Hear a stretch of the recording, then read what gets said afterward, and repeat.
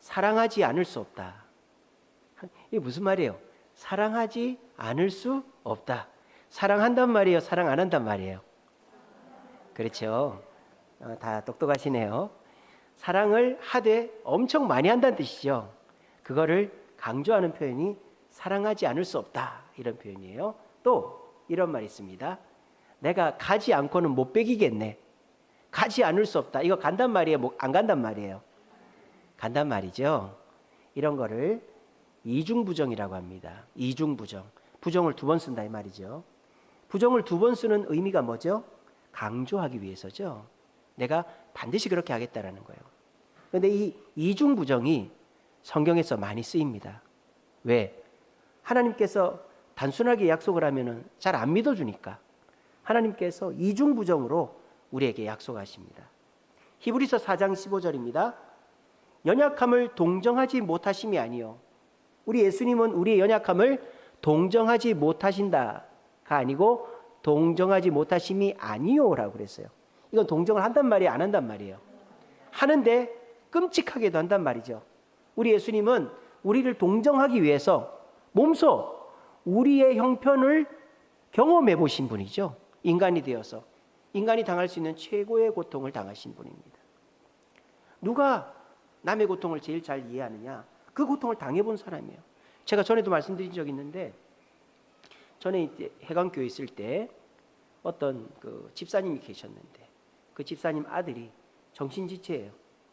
그러니까 이 어떤 보호시설에서 하루 종일 시간을 보내고 오는데, 요즘으로 말하면 데이케어 센터 이런 거죠. 근데 거기 전화가 온 거예요. 아이고 어머니 큰일 났어요. 애가 여기를 센터를 나가버렸어요. 이렇게 된 거예요. 그래가지고 이 집사님이 그때 이제 교회에서 김치를 담고 있었는데 허둥지둥 막 그래가지고 막 나가는 거예요. 근데 참 제가 그때 씁쓸했던 게, 거기 앉아있는 권사님들이 다 어떤 표정인 줄 아세요? 잘 됐다 이런 표정인 거예요. 왜냐? 그 애 하나 때문에 아무것도 못하는 거예요. 그 애를, 정신지체 애를 돌보느라고. 그래서 아유 차라리 잊어버렸으면 좋겠다 막 그런 표정들인 거예요, 제가 보니까. 근데 그 정신지체 아들이 뛰쳐나간 거를 보자마자 빛의 속도로 같이 뛰쳐나간 분이 계세요. 그분보다 조금 젊은 분인데, 예, 그분이 같이 뛰쳐나가더라고요. 근데 아무도 저 사람 왜 가지? 라고 말하지 않았어요. 왜? 사정을 다 알기 때문에. 뒤쫓아 나간 사람은 어떤 사람이냐? 작년에 교통사고로 아들을 잃은 사람이에요. 그러니까 교통사고로 아들을 잃어보니까 아들 잃어버리는 아픔을 알겠다는 거예요.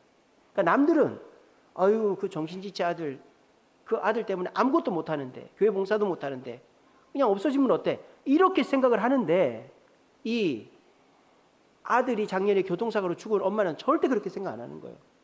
그래가지고 이 2분이 막 울면서 뛰어다니는데 경찰서에서 보호하고 있다고 연락이 와가지고 찾았다 하는 얘기를 제가 들었습니다. 우리 예수님은요, 아유 너희들 불쌍하네? 요 정도가 아니다 이거예요. 직접 우리의 연약함을 동정하기 위해서 인간으로 오신 분이다. 그런 우리 예수님의 그 큰 사랑을 강조하기 위해서 연약함을 동정하지 않는 분이 아니다. 이중부정을 쓰고 있는 거예요. 이중부정이 이제 또 나옵니다. 마태복음 24장 35절. 마태복음 24장 35절. 자, 이것도 엄청나게 강조합니다. 천지가 없어질지언정 내 말은 없어지지 않는다. 이것도 없어지다가 2번 나오죠. 천지가 없어지더라도 내 말은 안 없어진다. 천지도 안 없어지고 내 말도 안 없어진다 이 말이죠.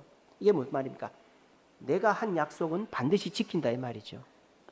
사람들이 약속을 해놓고도 잘 못 믿잖아요. 근데 여러분, 사람이 어떤 약속은 믿습니까? 뭔가가 걸린 약속은 믿죠, 그죠? 뭐 돈이 있든지, 뭐 담보가 있든지, 아니면 뭐 사람이 뭐 이렇게 신용할 만한 뭔가를 제시했든지. 우리 예수님은 천지가 없어질지언정 내 말은 없어지지 않는다에 어떤 담보를 걸었죠? 자기 목숨을 걸었죠. 자기 목숨을. 그것보다 큰 담보가 어디 있습니까? 싸울 때 절대 못 이기는 사람 있어요. 어떤 사람인지 압니까? 네 죽을래 이러고 싸우는 사람은 절대 못 이깁니다. 아무리 등치가 크고 아무리 싸움을 잘해도요, 죽기 살기로 싸움을 거는 사람은 못 이깁니다. 지쳐가지고 그냥 버리고 가버려요. 그러니까 죽음이라는 게 그만큼 무서운 거예요. 전 세계에서 죽음을 두려워하지 않는 사람 아무도 없습니다. 이제 저희 장모님이 이제 어르신 모시잖아요. 그 어르신이 이제 건물도 있고 부자예요. 근데 그 어르신이 맨날 하는 말이 뭐냐? 우리 여사님은 죽음이 두렵지 않으세요? 맨날 물어본다는 거예요. 그러면은 저희 장모님은 아이고 저는 하나도 안 무서운데요. 저는 주님이 불러가시면 가야죠. 이러는데 그 어르신은 저는 죽음이 무섭습니다. 이러는 거예요. 생각보다 죽음을 무서워합니다. 우리는 예수 믿으니까 그런 거에 대한 개념이 없지요. 우리는 태어나서부터 예수 믿는 그 순간부터 죽음을 생각해 온 사람들이잖아요. 그러니까 우리는 죽음을 두려워하지 않는데 예수 안 믿는 사람은 죽는다는 생각을 죽기 직전까지 안 합니다. 숨이 꼴딱꼴딱 넘어가는 사람도 살고 싶다고 생각하지 죽는다 생각 안 해요. 근데 이제 몸이 늙고 기력이 쇠하고 이제 죽을 것 같아 싶으면은 그때 두려운 거예요. 그래서 어떤 분이 이렇게 얘기하더라고요. 평생에 겪은 고통보다도 죽기 직전에 일주일 동안 겪는 고통이 더 크다고 그러더라고요. 그러니까 우리는 얼마나 복된 사람입니까? 우리 예수님이 목숨을 담보로 우리를 위해서 약속을 지키고자 그렇게 십자가를 지셨으니 그래서 우리는 죽음의 공포를 다 잊어버린 사람이니까 얼마나 우리가 복된 사람입니까? 그거를 강조하기 위해서 천지가 없어질지언정, 천지가 없어지겠어요? 안 없어지지? 천지가 없어질지언정 내 말은 안 없어진다. 내 약속을 믿어라. 이렇게 얘기하시는 거예요. 그러니까 우리가 성경에서 말하는 이중부정, 연약함을 동정하지 못하는 분이 아니다.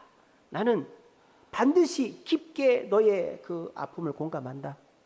그리고 천지가 없어질지언정 나는 절대 너를 포기하지 않는다. 내 약속은 반드시 지킨다. 이 말을 깊게 생각하고 믿는 사람은 세상에 두렵고 또 연약하고 힘들 게 없어지는 것입니다. 우리는 자꾸 문제가 있을 때 나를 봅니다. 나를. 아이고 아프다. 아이고 이거 어떻게 하나. 아이고 이거 해결해야 되는데 문제가 있을 때 자꾸 나를 보면 더 문제가 커 보이고 내가 주저앉게 되는 것입니다. 근데 문제가 있을 때 우리는 누굴 봐야 됩니까? 하나님, 예수님을 봐야 되는 거예요.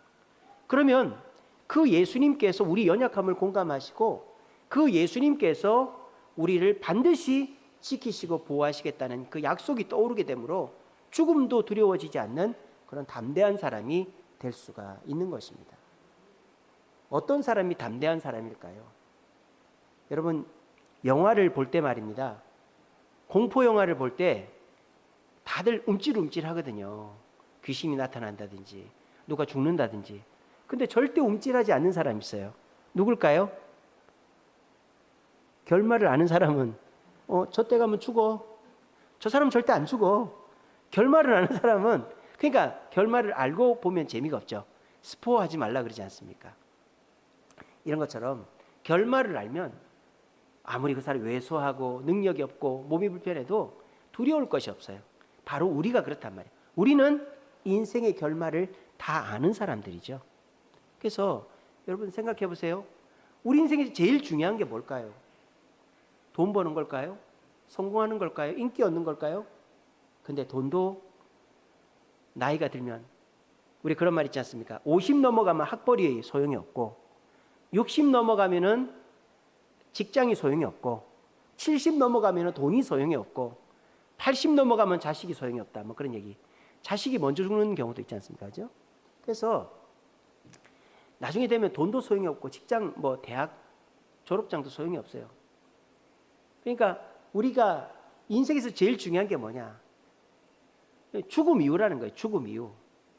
우리가 죽는 게 제일 중요한데 사람들이 제일 생각 안 하고 준비 안 하는 게 죽음이다라는 거예요. 그런데 우리 믿는 사람들은 얼마나 좋습니까? 우리 예수님께서 죽음 이후를 두려워하지 않게끔 이미 준비하셨고 대비하게끔 하셨기 때문에 저도 제가 왜 목사를 한다고요? 천국 가서 떵떵거리고 살려고.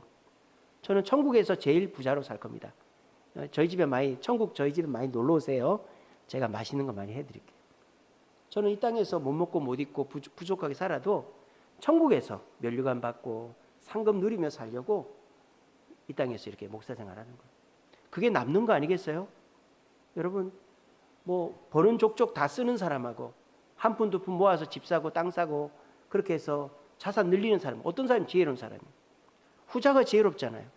근데 죽음을 준비하고 천국을 준비하는 사람이 지혜로운 거 아니겠습니까? 그러므로 우리는 다른 사람들은 생각도 안 하는 그 죽음을 대비하고 있고 죽음 이후에 천국을 준비하고 있기 때문에 우리는 복된 사람이라는 거예요. 우리가 받는 은혜가 뭘까요? 뭐 이 땅에서 내가 뭐 원하는 게 이루어지고 몸이 낫고 성공하고 인기 얻고 물론 그런 것도 은혜죠. 하지만 우리에게 있어서 가장 큰 은혜는 십자가 복음을 믿음으로 천국 백성 된 것이 우리에게 가장 큰 은혜라는 사실을 이 시간에 굳게 믿으시길 바랍니다. 이 사실을 젊은 사람들은 이해를 못하죠. 뭐 50대 60대까지 이해를 못할 거예요. 근데 70대부터 조금씩 이해를 할 거예요. 이제 내가 예전 같지 못하고 돈이 있어도 소용이 없고 몸이 따라주질 않고 뭐 주변 사람들이 아무 의미가 없고 이렇게 돼버리면 그때 가서는 내가 참 그렇게 중요하게 생각했던 것이 아무것도 아니구나. 근데 또 막상 70이 넘어가면요 고집이 생겨가지고 예수를 잘 안 믿어요. 뻔히 죽으면 어떻게 될지 불안하고 죽음 이후의 삶에 대해서 걱정이 되면서도 예수를 안 믿습니다. 70이 넘어도 80이 돼도 숨 떨어질 때에도 하나님이 택한 백성 아니면 안 믿더라고요. 그런데 우리는 얼마나 복된 사람들입니까? 그래서 우리가 예수 믿을 때 예수님께서 나를 천국 백성 삼아주셨다는 것을 깊게 묵상하고 그것에 감사하는 성도가 진짜 성도다라는 것입니다. 근데 오늘날 많은 성도들은 교회 와가지고 절에 가서 하는 거, 뭐 조상신한테 비는 걸 똑같이 하고 있으니 하나님께서 그 복을 내려주실 리가 있겠습니까? 우리는 이미 받을 복을 다 받은 사람입니다. 천국에 가게 되었으니까. 그리고 죽음의 공포를 우리는 넘어선 사람들이니까 이 사실을 믿으시고 우리에게 주신 우리 연약함을 동정하시는 그 하나님, 천지가 없어질지언정 약속을 지키시는 그 하나님의 은혜를 믿고 감사하면서 하나님의 은혜에 영광 돌릴 수 있는 저와 여러분 되시기를 간절히 바랍니다. 자, 이렇게 은혜를 받은 사람이 어떻게 살아야 되는가 하는 게 오늘 본문 말씀이에요. 오늘 본문 말씀 무슨 말씀이죠? 예수님께서 제자들을 부르시는 장면 아닙니까? 예수님의 제자들을 부를 때 두 가지 명령을 하십니다. 첫 번째 명령은 뭡니까? 나를 따라오너라. Follow me. 나를 따라오너라. 두 번째는 뭡니까? 사람을 낚는 어부가 되리라 했으니까 그건 뭐 되라는 말이죠. 그래서 사람을 낚는 어부가 되라. 그래서 나를 따르라.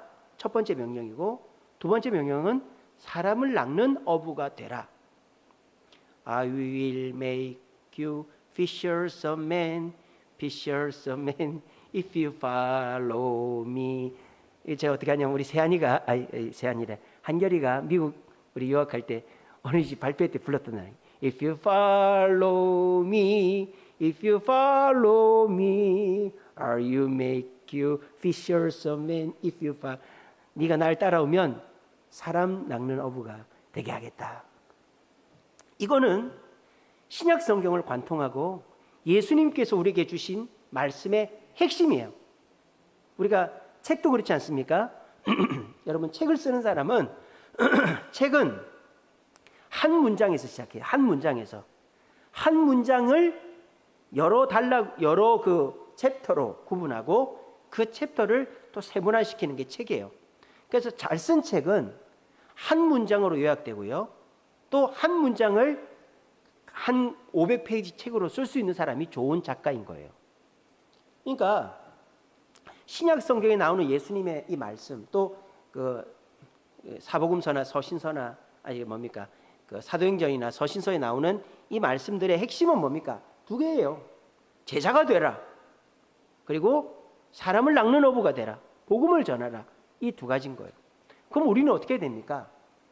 주님이 우리를 연약함을 채울하기 위해 십자가를 지셨고 주님께서 약속을 지키기 위해서 천지가 없어질지언정 내 말이 안 없어진다라고까지 강조하셨는데 그 은혜를 받아놓고 우리에게 천국 복음을 주시고 죽음의 공포를 넘게 하시고 천국에서 면류관 받고 상급 얻을 길을 열어주신 그 주님 앞에 우리가 어떻게 해야 된다? 이 두 가지 명령 앞에 충성해야 된다라는 거예요. 제자가 되는 것, 복음을 전하는 것. 이거를 영국의 존 스토트 목사님은 이중경청이다. 이중경청. 더블 리스닝. 두 개를 다 들어야 된다 이 말이에요. 그래서 우리가 어떻게 신앙생활 해야 된다? 교회 와서 말씀 듣고 예배 드리고 또 봉사하면서 예수님의 제자가 되는 것도 중요하지만 그거 못지않게 뭐가 중요하다?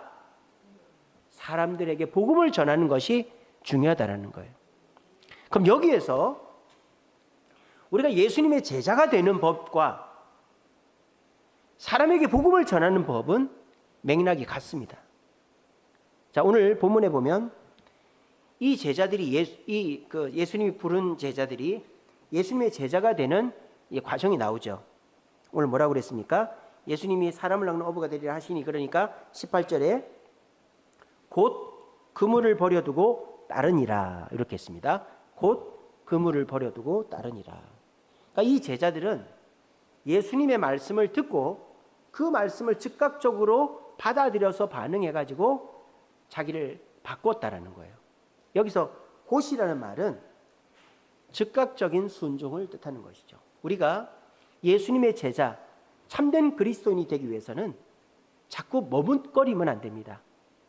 시간은 갈등을 일으킵니다. 여러분, 뭔가가 어중간하게 습하면 곰팡이가 썰죠. 상온에다 음식을 놓아도 곰팡이가 썹니다. 그러니까 어중간하게 시간이 흐르면 그거는 반드시 문제가 생기게 돼 있는 거예요.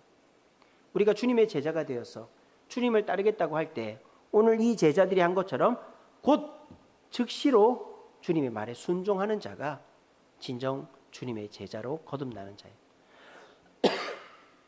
처음에는 갈등하고 동의하지 못하고 또 뭔가 이렇게 부정할 수 있겠죠.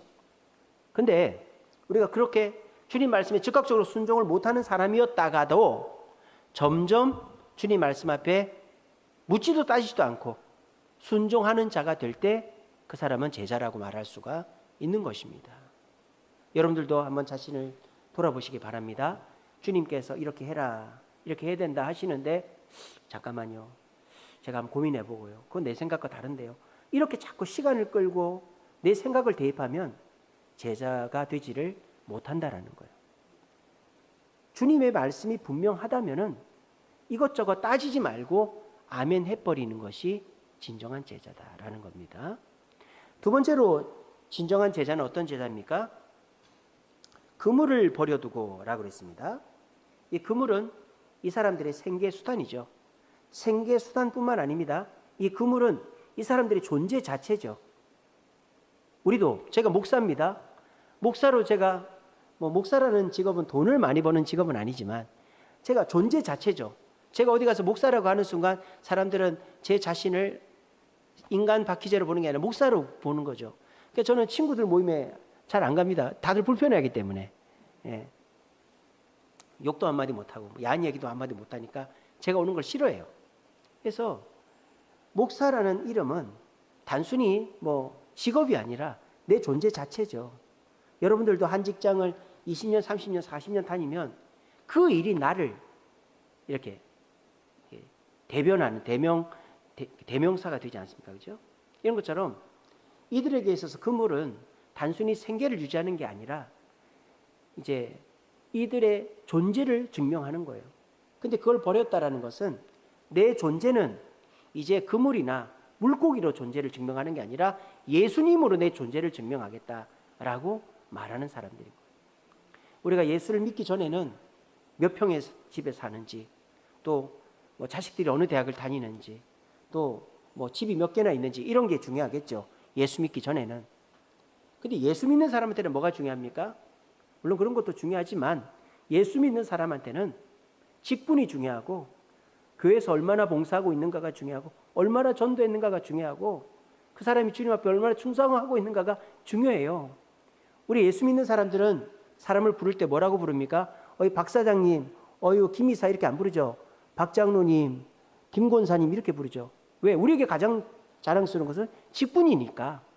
또 우리가 뭘 자랑합니까? 아, 내가 이번에 주식했는데 뭐 얼마나 벌었어. 이런 거 자랑 안 하잖아요, 우리는. 예수 제대로 믿는 사람은. 근데 내가 이번에 해외 단기 선교를 갔다 왔는데 참 너무 은혜로웠다. 은혜 받은 거 자랑하잖아요, 그죠?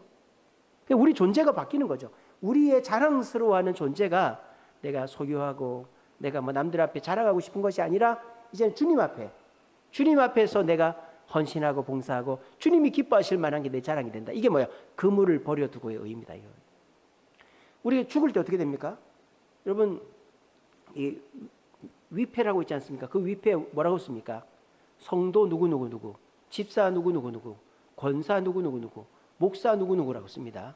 그 사람이 무슨 대통령이었건 그 사람이 무슨 국무총리였건 상관없어요. 예수 믿는 사람은 다 직분을 쓰게 돼 있어요.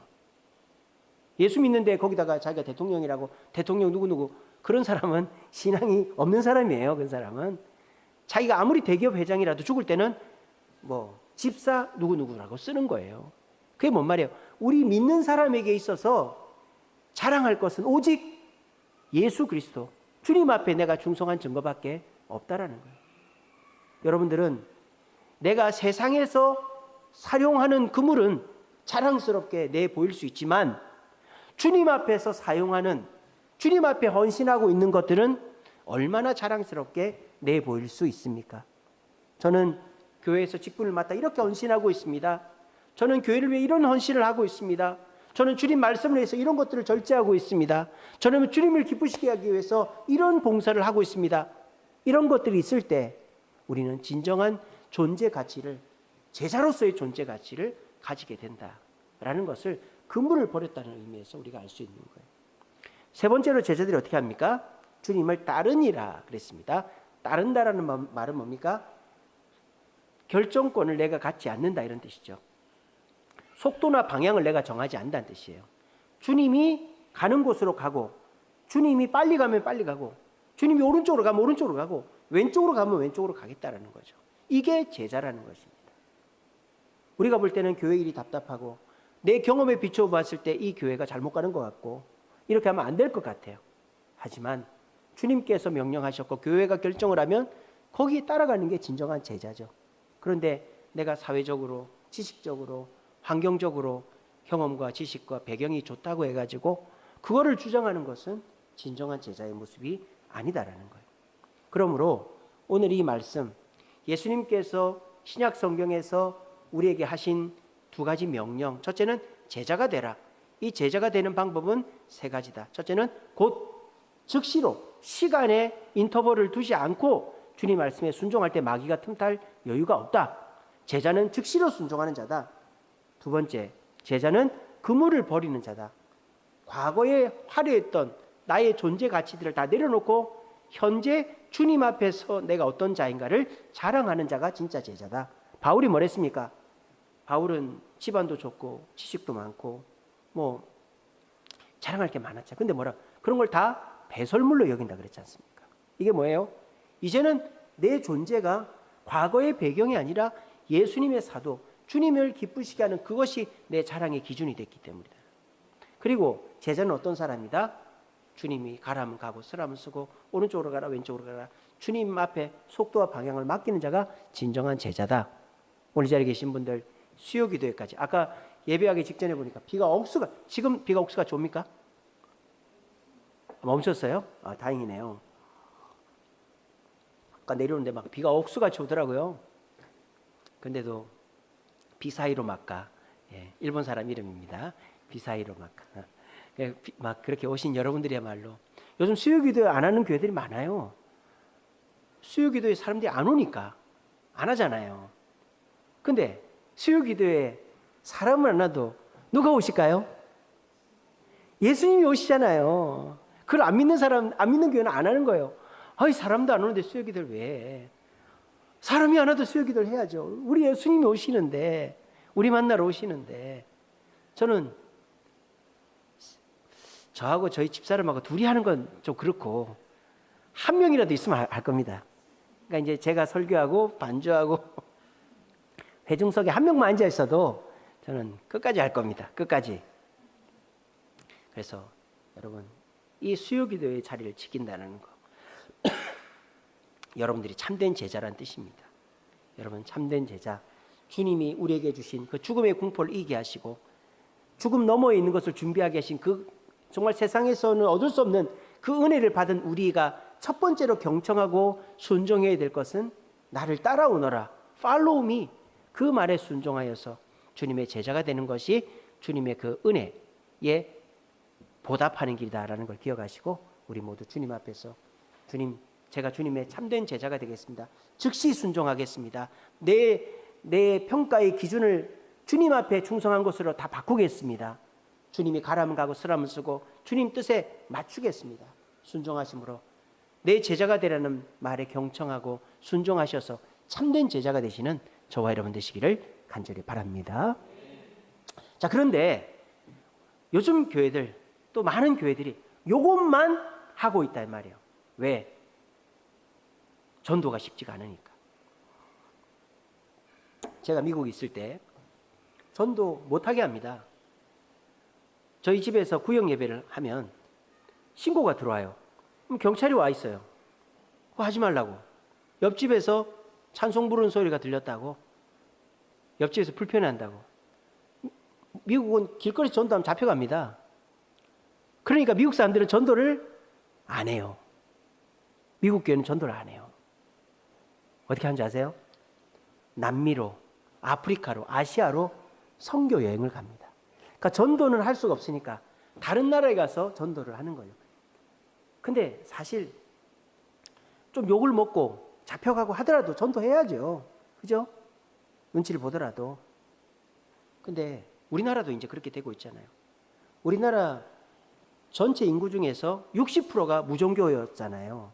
무종교라는 거는 불교, 기독교, 천주교, 이슬람교, 아무것도 안 믿는 사람이 60% 우리나라 인구에.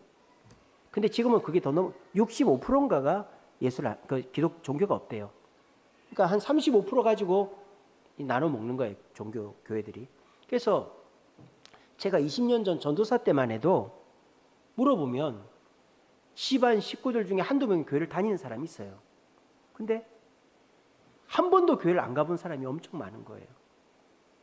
그럴 때 우리가 어떻게 됩니까? 아, 이제는 전도하기가 쉽지가 않다.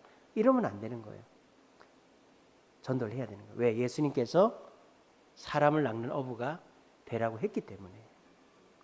근데 우리는 안 되고 방법을 모르니까 안 해버리는 거예요. 우리가 제자가 되는 방법이랑 사람을 낚는 어부가 되는 방법이 똑같습니다. 우리가 제자가 될 때 어떻게 됩니까? 예수님께 맞춰야 되잖아요. 그죠? 예수님의 말씀 앞에 즉각적으로 순종하고 또 말씀과 기도와 모범 앞에서 우리가 변화되어서 주님을 따라갈 때 제자가 되잖아요. 전도도 마찬가지라는 거예요. 전도는 세상 사람들을 나한테 맞추는 게 아니에요. 옛날에는 그런 전도가 통했을지 모르죠. 예수 안 믿으면 지옥 간다. 또 막 예수 천당 불신지옥 그렇게 했을지 모르죠. 근데 요즘은 사람들이 종교에 관심이 없고 이제 법적으로도 그러면 이제 문제가 되잖아요. 그럼 우리가 어떻게 해야 됩니까? 세상이 바뀌면 그 바뀐 것에 맞춰가지고 전도를 하면 되는 거예요. 뭐 어떻게 맞춰야 될까요? 첫째는 들어봐야죠. 사람들이 원하는 건 뭔지, 사람들이 어떻게 전도해야 될지, 그 사람들의 형편과 상황을 봐야 되는 것이죠. 그리고 그 사람들이 필요하고 원하고 또 그 사람들한테 우리가 맞춰줘야 되는 것이죠. 그리고 사람을 변화시키는 데까지 이르기 위해서 노력을 해야 되는 것이죠. 그렇게 하면 전도가 안 되는 게 아니라 전도가 됩니다. 제가 지난번에 설교했죠. 안디옥 교회 이야기 설교했지 않습니까? 안디옥 교회는 그 안디옥이라는 그 타락한 도시에 그 예루살렘에서 도망간 성도들이 모여가지고 전도를 하는데 뭐 유대인들도 많지 않으니까 이방인들에게 전도할 수밖에 없단 말이에요. 그러니까 어떻게 합니까? 안디옥 교회 성도들은 이방인들이랑 식사를 하죠. 유대인들은 원래 식사하면 안 되잖아요. 베드로가 식사하다가 들켜가지고 도망을 쳤다 그랬잖아요. 식사는 하지만 음행이나 핏째 먹는 거나 또 우상의 제물을 먹지 않죠. 그렇게 막 유별나게 하니까 그 안디옥 교회 사람들을 그리스도인이라고 불렀잖아요. 그래도 안디옥 교회 성도들은 그리스도인이라는 호칭을 들으면서도 복음을 전해서 안디옥 교회가 부흥을 하고 예루살렘 교회 가뭄이 들었을 때 구제를 했죠. 그러니까 우리가 전도를 나한테 맞추라고 하는 게 아니라 세상과 같이 호흡하면서 전도하면 지금도 얼마든지 전도를 할 수가 있다라는 것입니다. 이거를 우물가의 여인을 전도하신 예수님을 통해서도 알 수가 있죠. 예수님께서 우물가의 여인이 오기를 기다리셨죠. 우물가의 여인을 만나기 위해서 직접 찾아가셨죠. 그리고 그 사람이 자꾸 부정적인 얘기를 해도 물을 좀 달라고 하니까 당신이 떠다 마셔요. 그 다음에 남편 얘기를 하니까 내 남편은 왜요? 그 자꾸 퉁명스럽게 얘기해도 예수님 그 사람한테 맞춰주잖아요. 그리고 질문에 답을 해주죠. 어디서 예배해야 됩니까? 그랬더니 예루살렘도 말고 여기도 말고 신령과 진정으로 해라 그랬죠. 그리고 이 여인이 뭐라고 물어봅니까? 메시아가 오시면 모든 것이 변화된다고 그랬는데 언제 오실까? 내가 그다. 이러니까 그 여인이 변화가 되지 않습니까? 그러니까 예수님은 우리에게 사람 낚는 어부가 되는 법을 그대로 가르쳐 주신 거예요. 어떻게?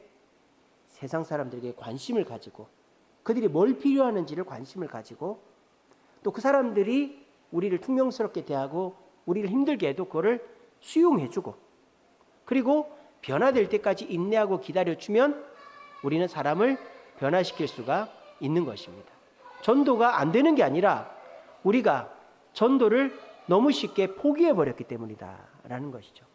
그래서 우리 주쌤께는 어떻게 합니까? 사랑 나눔 전도를 하죠. 예수 믿어라, 교회 와라 이런 얘기 1절 안 하고 그냥 나눠주고 섬기고 나눠주는 것도 그 사람들이 좋아할 만한 걸 나눠주죠. 그렇게 2, 3개월 하고 난 다음에 초청을 하는 그런 전도 방법을 우리는 하고 있습니다. 또 수요일, 금요일에는 여름에는 커핑스 정도, 겨울에는 팝콘 정도, 어묵 전도를 하죠. 그래서 사람들이 나눠주고 그 사람들이 뭘 필요로 하는지를 제공을 하고 그리고 초대를 하죠. 그래서 우리 지난 그 설립주일, 초청주일 날 제가 이제 자전거 타고 항상 오시는 그 젊은 남자분이 제가 이제 얘기를 했어요. 우리 교회 초청주일이니까 한번 오시라고. 어머니랑 둘이 사는데 어머니는 거동이 안 된대요. 그래서 혼자 오셨다 가셨어요. 그러니까 우리가 전도가 안 되는 게 아니라 너무 우리 중심적으로 나한테 맞추라는 식으로 전도를 하면 전도가 안 되는 것이지 우리는 사람을 낚는 어부의 역할을 절대 포기해서는 안 된다라는 거예요. 우리가 진짜 주님의 은혜를 받아서 변화가 되었다면 우리는 주님 앞에 이중경청, 제자가 되라는 말에도 순종하고 사람을 낚는 어부가 되라는 말에도 순종을 해야 되는 것입니다. 독일의 본회퍼라는 목사님이 있었어요.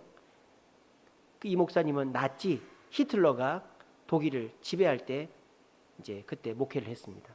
근데 이분은요 어떤 말씀하셨느냐?